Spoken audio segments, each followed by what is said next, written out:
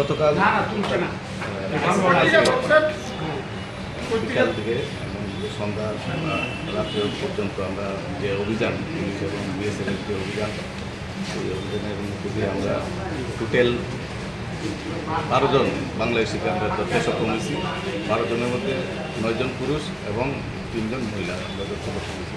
এরা ত্রিপুরার বাংলাদেশ বর্ডার এরিয়ার বিভিন্ন দিক দিয়ে তারা ঢুকছে এবং তারা বাংলাদেশ আবার যাওয়ার প্রতি তারা ধরা পড়ছে।